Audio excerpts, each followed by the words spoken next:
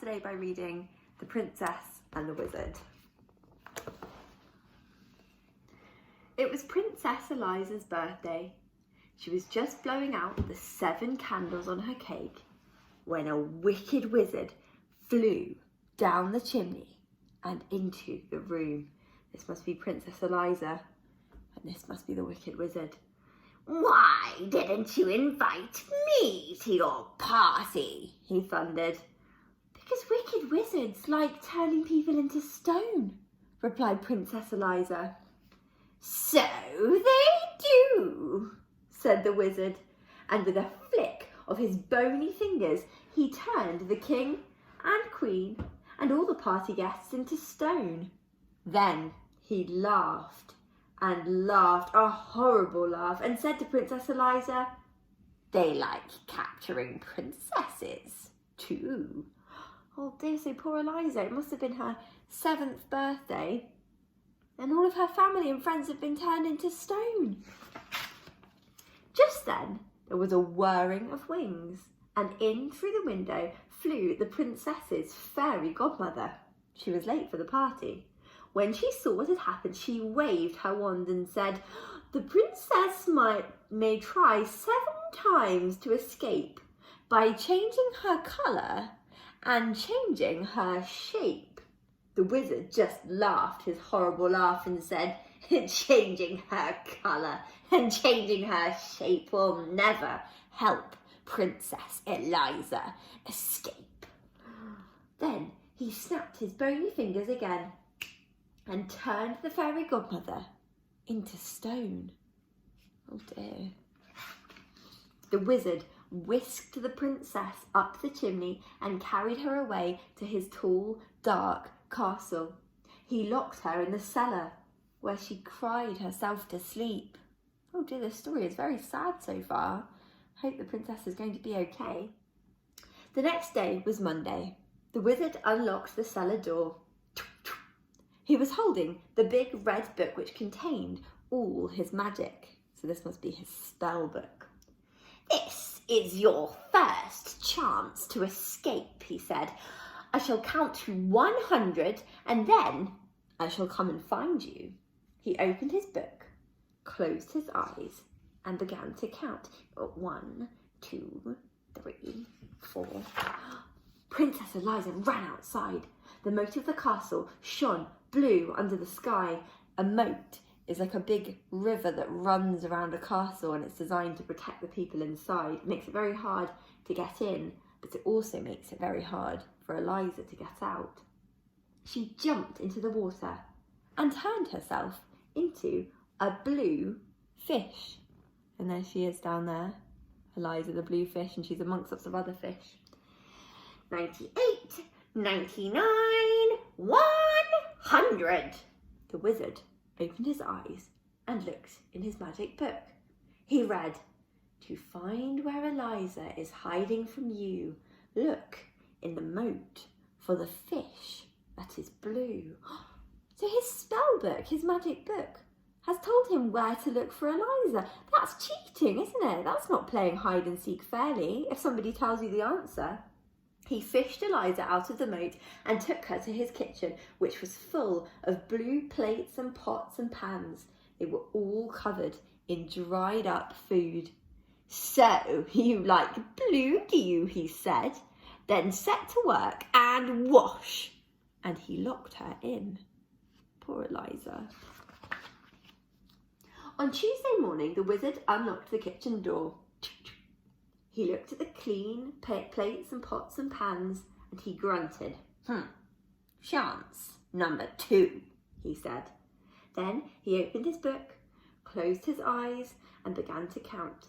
1, 2, 3, 4. Princess Eliza ran to the farmyard. She turned herself into a yellow chick and hid in some straw. But the wizard read in his book, "The straw in the farmyard is yellow and thick. Princess Eliza's disguised as a chick." So he cheated again. He used his magic book to tell him where to find Eliza. That's not fair. He scooped Eliza up and took her to a cupboard which was full of yellow socks. They all had holes in them, made by his pointy toenails. Ugh. "So, you like yellow, do you?" he said. "Then set to work and darn." And he locked her in. Darning is when you mend holes in something. On Wednesday morning, the wizard unlocked the cupboard door, looked at the darned socks and grunted. "Chance number 3, he said, and he opened his book, closed his eyes and began to count. 1, 2, 3, 4. Princess Eliza ran to the meadow. She changed herself into a grasshopper and hid among the grass blades. But the wizard, what do you think he did? He read in his book again. The grasshopper princess is easily seen, chirping away in the meadow, so green. He caught Eliza in a net and took her to his green bathroom. The bath, basin, walls and floor were covered in the wizard's slimy toothpaste. "So, you like green, do you?" he asked. "Then set to work and wipe." And he locked her in. 3 more days went by. Each day the princess tried to escape. On Thursday she turned herself into an orange fox and hid in a pile of orange leaves. On Friday she turned herself into a purple butterfly and fluttered among some purple flowers. On Saturday she turned herself into a black cat and lurked in a black tunnel. But each time the wizard found her and gave her yet more work to do. She's looking really sad now, isn't she? Poor Eliza. On Sunday morning, the wizard came onto the roof where Eliza had been scrubbing the sooty chimney pots. Instead of grunting, he laughed his horrible laugh. "Ha ha ha ha! This is your last chance," he said. "If I catch you this time, you must stay and work for me for the rest of your life." Then he opened his book, closed his eyes and began to count. 1, 2, 3, 4. Princess Eliza turned herself into a white gull and flew up into a cloud. But as she hovered above the roof, where the wizard was still counting, she saw words forming on the page of his open book. "So that's how he finds me," she cried. "I shall never escape." Then she had an idea. She turned herself into a page of the wizard's book, a perfectly blank white page with no writing on it. I wonder what she's going to do. 98, 99, 100. The wizard finished counting and began to read his book. The princess turned into a bird in the sky. She hid in a cloud. Then she had one more try. And that was the end of the page. The wizard turned over to read more, but there was no more. The next page in his book was blank and white. He flew into a rage. "You stupid book," he shouted, and he hurled it into the moat. Remember, the moat is the river around the castle. The book landed with a splash and sank to the bottom. All the wizard's magic was gone. At that moment in the palace, the king and queen and all the party guests came back to life. "Where is Princess Eliza?" they asked each other. Nobody knew except the Fairy Godmother, and she only smiled and said nothing. Princess Eliza had turned herself from a white page into a blue fish and was swimming to the edge of the moat. She turned herself into a yellow chick and ran across the corn in the farmyard. She turned herself into a green grasshopper and hopped over the grass. She turned herself into an orange fox and raced through the orange leaves. She turned herself into a purple butterfly and fluttered over the purple flowers. She turned herself into a black cat and streaked through the black tunnel.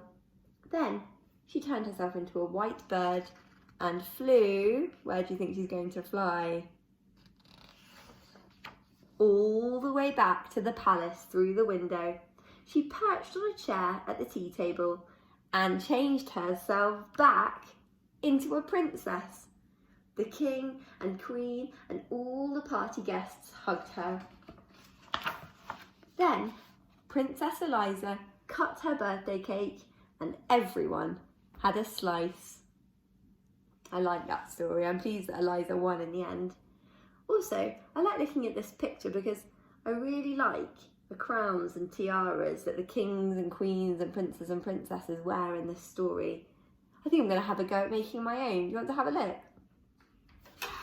So to make my crown, I found a big piece of paper in my activity pack. Now, my piece of paper doesn't quite fit around my head. It might fit around yours, I'm not sure. You'll have to check and see. So because it doesn't quite fit, I'm going to cut my paper in a wavy line down the middle. There we go. So I've got two wavy bits of paper. I'm going to make one my front and one the back. This piece here can be the back. I'm going to make it thinner for the back.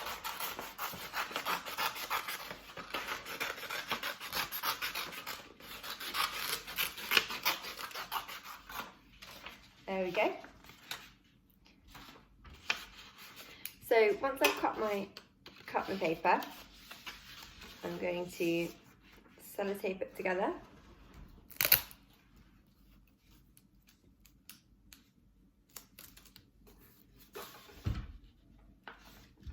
One bit here, and I'm going to measure how big it needs to be to get around my head. Let's see. Ooh. There we go, so now I know where I need to sellotape it.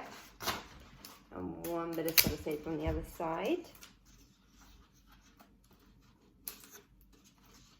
There we go. And I can trim off the extra bit that I don't need.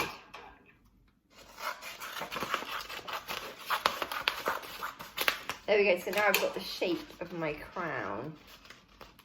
And now I think I'm going to decorate it, so let me have a go. I think I'm going to make a prettier shape for the front of my crown.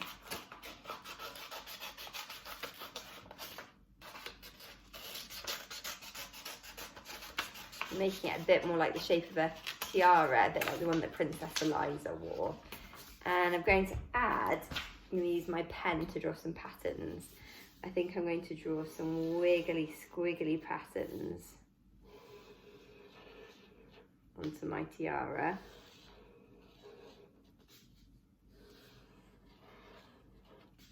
I might add a picture of a flower, and I might add some hearts and maybe a star or two. And I'm also going to add some stars that I found in my activity pack. Let me just have a look for a glue stick. Here we go. Glue stick, and here's a star. Chosen a nice yellow star. I'm going to add one nice star at the top here. And maybe I'll add some blue stars as well. Get some glue on them. And stick them all on over here. And one over here. And if you've got stickers at home or stamps, or you might have paint that you want to use, then you can add those things. I think we've got feathers in our activity packs and pipe cleaners. You might find a pretty way to use those. There we go. So why don't you have a go at making a crown just like mine, and then maybe you can have a go at acting out the story yourself. Have fun.